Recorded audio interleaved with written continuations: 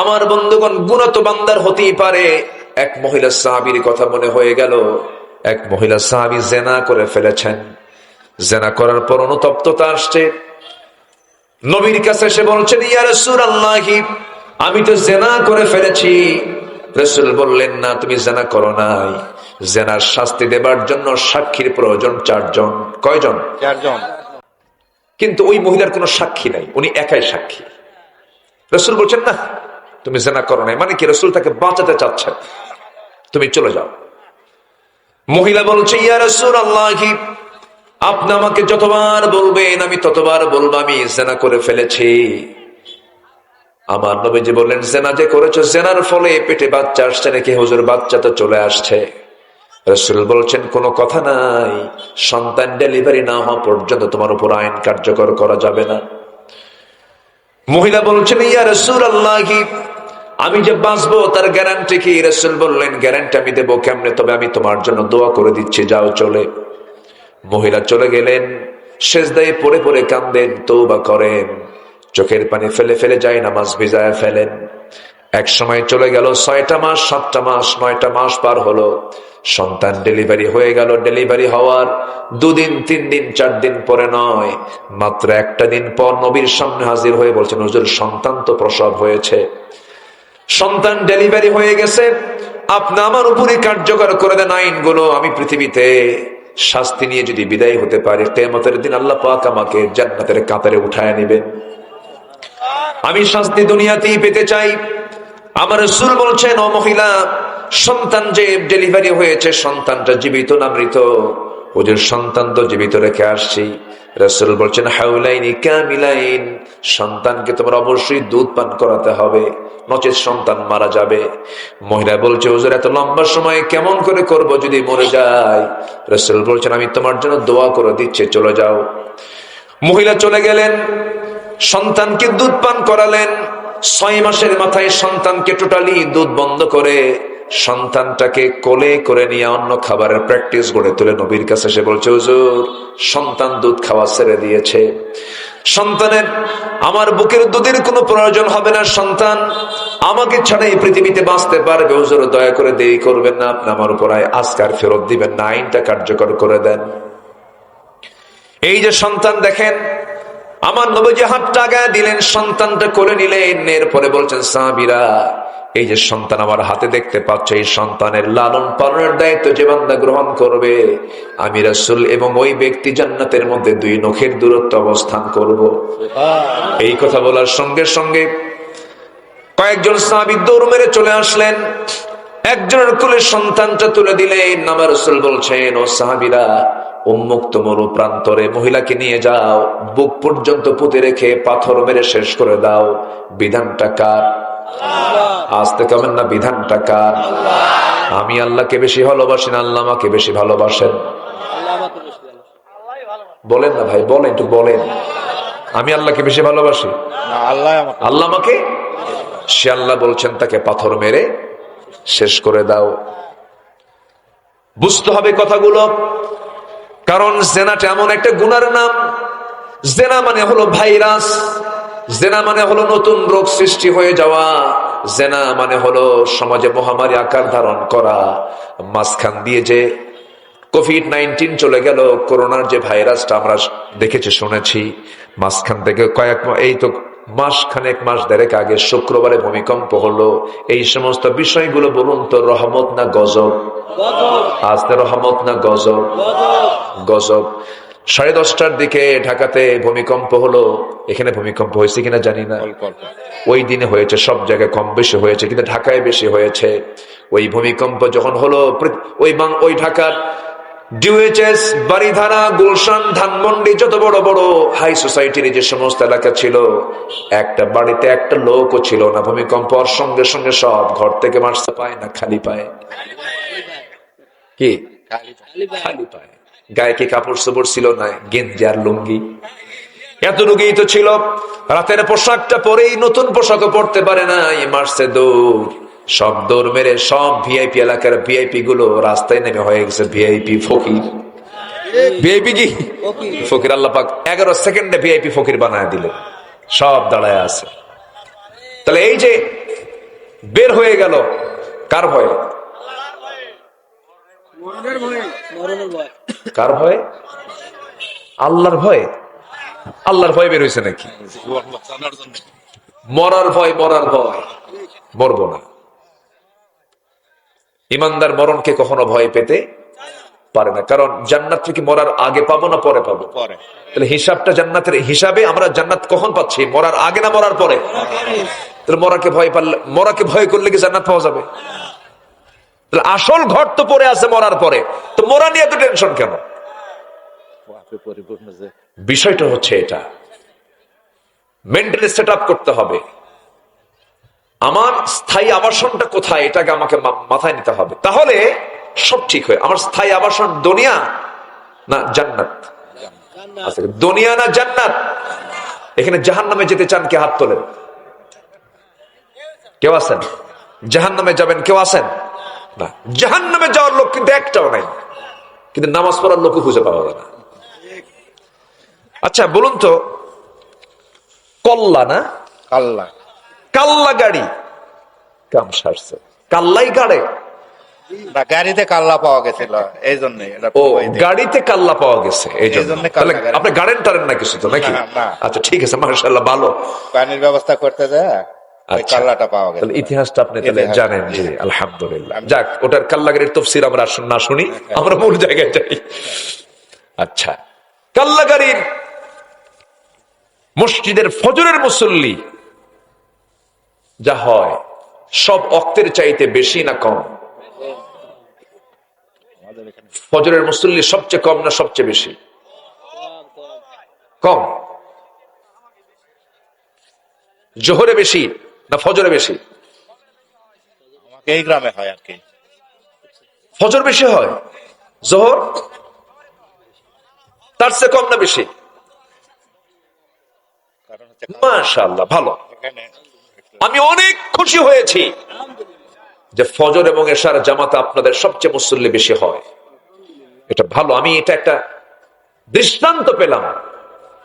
কিন্তু গোটা দেশের জরিপ যদি আপনি করেন, সবচেয়ে কম মুসল্লি কোন ওয়াক্তে? ফজরে। মানুষ বেশি থাকে কোন ওয়াক্তে বাড়িতে? ফজরে। ফজরই বেশি থাকে মানুষ বাড়িতে, ঘুমায়। আমার বন্ধুগণ, এই সমস্ত চিন্তা তো মানুষের মরার চিন্তা নয়। 10:30টার দিকে ভূমিকম্পর ভয়ে মরা থেকে বাঁচার জন্য মারল দৌড়, কিন্তু মরা থেকে বাঁচার জন্য তারা দৌড় মারা লাগতো না যদি ফজরের সময় আল্লাহর ভয়ে সে যদি মসজিদের দিকে চলে যেত। এই যে নতুন নতুন রোগ হচ্ছে, এগুলো অবাধ বিচরণ জেনার জন্য হচ্ছে। আমার ভাইয়েরা, ওই মহিলার ব্যাপারে রাসূল যে সিদ্ধান্ত নিলেন, এটা তো আমার নবীর সিদ্ধান্ত নয়, এটা হচ্ছে আমার আল্লাহ তাআলার সিদ্ধান্ত। তাকে পাথর মেরে শেষ করে দাও। লোকজন সব ডাকা হলো, লোকজনের সামনে গোটা এলাকাকে জানায় দিয়া মহিলাকে যখন রাসূল বলছেন মহিলাকে নিয়ে যাও উন্মুক্ত মরু প্রান্তরে, বুক পর্যন্ত পুঁতে রেখে তাকে পাথর মেরে শেষ করে দাও। যখন পাথর মারা হচ্ছিল, এমন সময় সাইয়েদনা আলী তাদের মাঝে ছিলেন, তিনি পাথর মারতেছিলেন। রাসূলকে বলছেন, হুজুর, আমি যখন তাকে পাথর মারছিলাম তার শরীর থেকে ফিনকি দিয়ে কয়েক ফোঁটা নাপাক রক্ত আমার গায়ে এসে লাগছিল, আমার হাতে এসে লাগছিল। রাসূল বলছেন, আলী, তুমি কোন মহিলার রক্তকে নাপাক রক্ত বলো? তুমি কি জানো ওই মহিলার রক্ত জমিনে স্পর্শ করার পূর্বে মহান রব্বুল আলামিন তাকে জান্নাতের মেহমান বানায় নিয়েছে। আমার বন্ধুগণ, আমার নবীজি বলছেন, আলী, তুমি যা বলেছ বলেছ, আর বলতে যেও না, যা হয়েছে হয়েছে, আর তুমি বলতে যেও না। মহিলার জানাজার আয়োজন করো। আজকে ওই মহিলার জানাজার জন্য আমি কাউকে দায়িত্ব দেব না, আমি রাসূল নিজেই তার জানাজার ইমাম হয়ে যাব। জোরে বলে সুবহানাল্লাহ।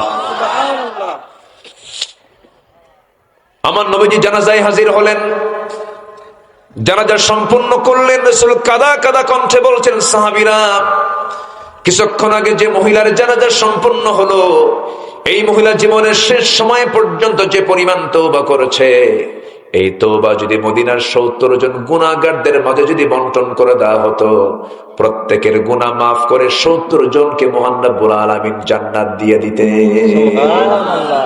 আমার বন্ধুগণ, এই মহিলাকে আল্লাহ রাব্বুল আলামিন মাফ করেছেন কিসের কারণে বলেন? তওবার কারণে। তওবাটা খুব গুরুত্বপূর্ণ বিষয়। আল্লাহ 8 শ্রেণীকে ভালোবাসেন, 8 ধরনের লোককে ভালোবাসেন। নাম্বার 1 হলো যারা তওবা করবে। আমরা তওবা করব একবার না বারবার? একবার না বারবার? আমার নবী রাসূল তওবা করেছেন একবার না বারবার? রাসূল নিজে বলেন, আমি নিজে তওবা করি 100 বার, তোমরাও তওবা করো 100 বারেরও বেশি বার তওবা করে সারা দিন। তুবু ইলাল্লাহ ফাইন্নী আতুবু ফিল ইয়াউমি মিআতা মাররাহ। এইজন্য আমার বন্ধুগণ, তওবা যার ভিতরে বারবার আসবে তার দ্বারা সহজে কোনো গুনাহ হবে না। তওবা করব আমরা, সুন্দর করে আল্লাহকে বলবো, আল্লাহ এই গুনাহ জীবনে আর করবো না, আমারে মাফ করে দাও। আপনি কি জানেন আমার আল্লাহ মাফ করার জন্য কত অস্থির হয়ে থাকেন? বান্দা যখন এক পাল্লার দিকে দাঁড়া যায়, আল্লাহ তার দিকে 10 পা যান। বান্দাকে আল্লাহ মাফ করার জন্য প্রত্যেক রাতে, শুধু শবে কদর নয়, শুধু রমজান মাস নয়, বরাত নয়, মেরাজ নয়, 365 দিনের 365 রাত আল্লাহ রাব্বুল আলামিন আমাকে আপনাকে মাফ করার জন্য দুনিয়ার আকাশে চলে আসেন। সুবহানাল্লাহ। দুনিয়ার আকাশে আসেন। দুনিয়ার আকাশে এসে বলেন, আলা মিন মুস্তাগফিরিন ফাগফির লা, কোন ক্ষমা প্রার্থী আছে আমার কাছে ক্ষমা চাবে, আমি তাকে মাফ করে দেব। আমার বন্ধুগণ, আল্লাহ পাক তার আরশ আজিমটা কত দূর কেউ অঙ্ক করে হিসাব করে মিলাতে পারবেন না। আমরা তো আকাশেই পৌঁছতে পারি নাই। মানুষ মাত্র গবেষণা করে, আল্লাহর সৃষ্টি নিয়ে গবেষণা করে মঙ্গল গ্রহ পর্যন্ত গেছে, চাঁদের দেশ গেছে, গেছে না চাঁদের দেশে? চাঁদের দেশে মানুষ গেছে, মঙ্গল গ্রহে গিয়েছে। মানুষ যদি মনে করে আমি একটু সূর্যের কাছে যাব, সে জ্বলে পড়ে সারকার হয়ে যাবে, তবে তারকার দেশ তো যাই নাই, তারকার দেশে একটু যাব, এই চিন্তা যদি করে, তারকাটা এত বড়, এত দূরে, সূর্য পৃথিবী থেকে 13 লক্ষ গুণ বড়, আবার সেই সূর্যের চাইতে এক একটা তারকা আছে 33 কোটি গুণ বড়। একটু আস্তে কর সুবহানাল্লাহ, জোরে বলে সুবহানাল্লাহ। 33 কোটি গুণ বড় সেই তারকা। অসংখ্য তারকা আল্লাহ রাব্বুল আলামিন মহাশূন্যে ঝুলায় রেখেছেন। কি রেখেছেন? ঝুলায় ঝুলায় রেখেছেন, আটকে নাই, ঝুলায় ঝুলায় রেখেছেন। পরিভ্রমণ করতেছে সেই তারকাগুলো। সেই তারকার সবচেয়ে নিকটবর্তী তারকা, পৃথিবীতে সবচেয়ে নিকটবর্তী তারকার নাম হলো প্রক্সিমা সেন্ট্রাই। প্রক্সিমা সেন্ট্রাই যদি কেউ যেতে চায়, এই জাগতিক জীবন থেকে কোন বিমানে করে, কোন কপ্টারে করে গেলে হবে না, সে চেষ্টা করতে পারে নভোযান দিয়া। সর্বশেষ একটা নভোযান তৈরি করেছে বিজ্ঞান, অ্যাপোলো 11, যার ঘন্টার গতি হলো 39,000 কিলোমিটার। 39,000 কিলোমিটার বেগে যদি রওনা দিয়ে দেয়, পৃথিবীর সবচেয়ে নিকটবর্তী তারকার দেশ প্রক্সিমা সেন্ট্রাই তারা যেতে সময় লেগে যাবে 1,15,000 বছর মাত্র। যাবেন কারা কারা? হাত তোলেন। বলেন বাঁচবো কয়দিন, যাবো কোন দিন? শুধু কাছের তারকা, আরো তারকা পড়ে আছে, মহাশূন্য পড়ে আছে, আকাশ তো পড়েই আছে। এ শুধু এক আকাশের একটু হালকা কথা বললাম। আর আমার আল্লাহ আছেন আরশ আজিম, এর উপর আরো 6 আকাশ, এর চাইতে ডাবল ডাবল বড়। সে আরশ আজিম থেকে প্রথম আকাশে এসে বলেন, আমার কাছে মাফ চা, আমি তোকে মাফ করে দেব। এরপরও বান্দা ঘুম থেকে ওঠে না। শয়তানও শেষ রাত্রে বান্দার কাছে আসে। দেখেন, শয়তান কিন্তু তাল মতোই আসে। শয়তান শেষ রাত্রে বান্দার কাছে আসে। শেষ রাত্রে এসে বান্দার শিওরে বসে, এসে বলে, আলাইকা লাইলুন তাওয়িল, তোমার রাত বড় লম্বা, ঘুমাও ঘুমাও, তোমার রাত বড় লম্বা। আমার রাসূল বলেন, ওই সময় শয়তান 3টা গিট মেরে চলে যায়। ওই 3টা গিট যদি কেউ ছোটাতে চাও, তোমার কাজ হলো 3টা কাজ করবা। সুন্দর করে আজান শোনার সঙ্গে সঙ্গে নিজের পিঠটা বিছনা থেকে সরায় নিবা, 1 নাম্বার গিট ছুটে চলে যাবে। নাম্বার 2 হলো সুন্দর করে উত্তম করে 4 ফরজ সহ সুন্নত সহ ওযু বানায় নিবা, 2 নাম্বার গিট চলে যাবে। সুন্দর করে হেঁটে হেঁটে মসজিদের দিকে রওনা করবে, নামাজ শেষ করবে, 3 নাম্বার গিট ছুটে চলে গেল। 24 ঘন্টা শয়তান তোমার কাছে আসার সাহস পাবে না। জোরে বলি আল্লাহু আকবার। আমরা সবাই কাকে ভালোবাসবো বলেন?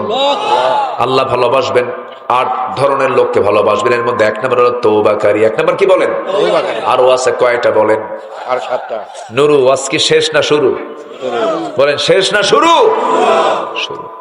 আলহামদুলিল্লাহ, আমি খুব খুশি যে আপনারা সন্ধ্যার মধ্যে এত লোক হাজির হয়ে গেছেন, আল্লাহর মেহেরবানি, বলি আলহামদুলিল্লাহ। আমি আরো খুশি হয়েছি কাল্লাগাড়ির ফজরের সালাত এবং এশার সালাত সবচেয়ে বড় হয়, এটা একটা প্রশংসার দাবি রাখে। এই গ্রাম একটা আদর্শ গ্রাম বলা যায়। অধিকাংশ মসজিদে ফজরের মুসল্লি পাওয়া যায় 2 থেকে 3 জন, 4 জন, বড় জোর 5 জন ম্যাক্সিমাম। তাও বুড়ো চাচা গুলো আসে, যখন বলা হয় চাচা আপনি ফজরের নামাজে এত কষ্ট করে আসছেন, কষ্ট হয় নাকি বাবা? বুড়ি নাই তো, বুড়ি থাকলে আমিও আসতাম না। বুঝলেন, বাস্তব নাই, মুসল্লি নাই। আমার বন্ধুগণ, নাম্বার 2 চলে আসি, সময়টা কম, এশার নামাজ তো হয়নি আমাদের। নাম্বার 2 হলো যারা পবিত্রতা অর্জনকারী, তাদেরকে আল্লাহ রাব্বুল আলামিন ভালোবাসেন। পবিত্রতা মানে হলো জাহান্নামে সবচেয়ে বেশি শাস্তি হবে ওই সমস্ত বান্দার যারা পেশাব থেকে নিজেকে পরহেজ রাখতে পারে না। অনেকে পেশাব করে দাঁড়ায়া থাকে, দাঁড়ায়া থেকে পেশাব করে, কুকুরের মতো চারিত্রিক মানসিকতা তাদের মধ্যে লালন হয়। এটা নয়, এটা নয়, বরঞ্চ মেডিকেল সায়েন্স বলছে যদি কোনো বান্দা পেশাবের এই জীবাণু থেকে নিজেকে মুক্ত না রাখতে পারে, বড় জটিল রোগে আক্রান্ত হয়ে যাবে। আমার বন্ধুগণ, এইরকম নাপাকি থেকে আমরা দূরে থাকবো। এরপরে ফরজ গোসলের বিষয়টা অত্যন্ত গুরুত্বপূর্ণ। ফরজ গোসল বিলম্বে না তাড়াতাড়ি? আজ থেকে বিলম্বে না তাড়াতাড়ি? তাড়াতাড়ি আমার বন্ধুগণ, কারণ এখানে এমন একজন ব্যক্তি বলতে পারবেন কি বলেন তো, আমি অমুক দিন মারা যাচ্ছি? বলেন, কে বলতে পারবেন? আমি অমুক সময় মারা যাচ্ছি, কেউ কে বলতে পারবেন? যেহেতু মারা যাওয়ার কোনো নিশ্চয়তা নাই কখন মরে যাব, অতএব আমাকে আপনাকে প্রিপারেশন নেওয়ার দরকার আছে না নাই? সাইয়েদনা বেলাল রাদিয়াল্লাহু তাআলা আনহু দুনিয়াতে বসে আছেন, আমার নবীজি জান্নাত, আল্লাহ পাক তাকে জান্নাত দেখালেন। জান্নাতের মধ্যে সাইয়েদনা বেলালের কণ্ঠ তার কানে আসলো। আমার নবীজি এসে বলছেন, বেলাল তোমাকে রেখে গেলাম দুনিয়াতে, কিন্তু তোমার আওয়াজটা পেলাম জান্নাতে, ঘটনা কি বলো? সাইয়েদনা বেলাল বলছেন, হুজুর আমার ব্যক্তিগত আমলের মধ্যে একটা আমল হলো, আমার যখন ওযু চলে যায় সঙ্গে সঙ্গে ওযু বানায় নেই, আর সঙ্গে সঙ্গে 2 রাকাত নফল নামাজ পড়ে নেই।